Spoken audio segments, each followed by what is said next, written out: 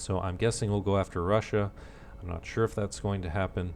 Germany right now is at 0 infamy, so they've got infamy to spare. I would definitely be over the infamy limit if that happened, but in this game, no one really cares about infamy. There's no dismantle empire, casus belli, so it doesn't even matter. And Great Wars is going to be starting soon anyway, so whoever wins this war is basically winning the game. As I said from the beginning, I'm not looking to get to number 1, but I will be supporting Germany all the way through, so if we take Russia, we take Russia. If we take France, then he takes France, and I'll just be happy to not have to worry about France ever again. In that case, I'll be going for Italy pretty much unopposed. And looking to maintain my alliance with the Ottomans because that served me well. I certainly don't have enough troops to cover 3 borders simultaneously, and I wouldn't want to anyway, so even though they're not technically part of the coalition, they're sort of the enemy of the enemy, therefore they're the friend, and at minimum we're helping them out in whatever way we can. Now, in the USA, hopefully once these wars end in Europe, and I think these are going to end first, by that time USA will have declared war on Mexico. They've taken some land from them, and that war will be finished. And it's just a question of whether Gurn's going to make this war drag on forever. He could, or he could peace out just to get the war over with and try and take it back later. I believe some of these lands are his cores now, and let's double check. Yeah, USA has cores on some of this land now, so for that reason, he could just peace out and let him take it and then try and get it back later. He could declare war on either Japan or UK at any time. He could declare simultaneous wars. There's any number of ways this could go, but I think he's going to peace out just to get it over with in a hurry. But if he doesn't, once the wars in Europe finish, we'll basically have 5 years during which we can come over and help out in whatever way we can. We can drop troops, we can take more colonies, we can get some tickers up, and eventually that war will end one way or another. But USA is either going to turtle and wait and drag on forever and do the very slow rise to 100% war exhaustion and then lose, or they're going to peace out in a hurry just because they know that UK and Japan are taking USA cores and he can declare war at any time and get those back, with interest, of course. Right, so that's about it. If you happen to be one of the players in the coalition watching this, I hope this all made sense, and I hope we'll continue with the plan as stated. Otherwise, it's going to be a clusterfuck tomorrow, so try not to screw things up. If you're Christian watching this, please be aware that this battle is maybe the most important one for the Balkans. France, even though the AI is moving troops all over the place, this unit of France is actually moving to Odessa. So if you load up as France, they're moving in, which means this guy has to come down, which means everyone else up here has to come over, which is what I'll be doing the second the game starts.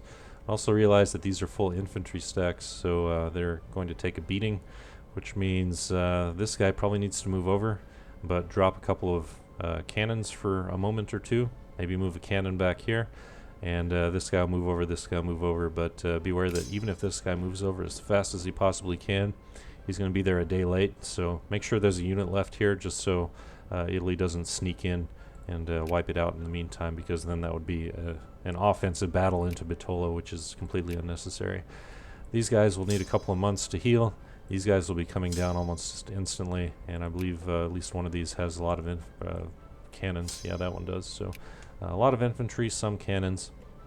And then over here, these 3 stacks will be moving around first, and then depending on whether Germany is going to be backing me up here or not, they'll either stay here in defense, or they'll come down to help in the Balkans, one or the other. So that's my immediate plan. My navy can't do anything because France is here, but on the bright side, Scandinavia joining this war means that we can get a full blockade of every Russian port in the west here, because no one else can spare any naval units to come up here and take care of it. Italy can't join the war, so they can't come and clear it out. No one else can join the war. The only naval units that could possibly go up there were France's, but France can't move this navy because if he does, I'll wipe out Italy's. Let's see what else. There's a very good chance that Spain will be joining on our side. It's not set in stone yet. He might be joining against the Russian alliance, Russia, France, Persia, or he might be joining against Italy, but one way or another he's probably going to join, and I'm hoping he joins against Italy because that would mean sort of a backdoor attack, especially since he's got his own navy here that he can use. And it also means that we can strip out some more of Italy's colonies in the meantime. But again, that's kind of up in the air right now. But what I am very hopeful for, given everything we've talked about, is that if there's a sub here in Japan, that he knows the plan, because he is the most important part of the plan. Because if he doesn't join all 3 wars, then that means USA can join both of these wars, or one or the other. And it also means that any of France, Russia, or Italy can join the USA, and that would be a massive problem. UK, I hope, is going to join on our side against Russia, because them being able to clear out both Persia and Russia here would greatly speed things along, and then we could turn around and help them out in return against the USA. So the quicker the war with Russia ends, the better. Italy will fall very soon after Russia does, because Italy can't hold up against everything that's left here. So they really spread themselves thin in the Balkans. They've got a few good stacks, but most of these units are very depleted, as I've noticed. Alright, so that about covers it. Slayzer watching this. I hope this war was everything you imagined it would be, and then some, because you sure got yourself into a mess. For everyone else, this has been a really interesting start of a session, so I'm looking forward to seeing how this plays out. Either way, any way this goes, I don't think I'm going to be losing much. It all comes down to the Ottomans, and I'm looking to help them out as much as I can right now. The second this war ends with Italy, I'm expecting Egypt to go into crisis.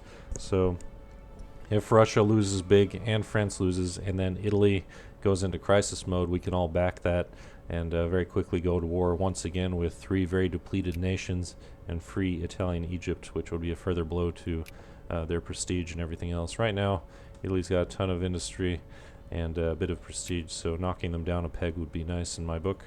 But otherwise, I don't really have any major plans myself, just stay alive and help my allies. So again, thanks for watching, and have a good one.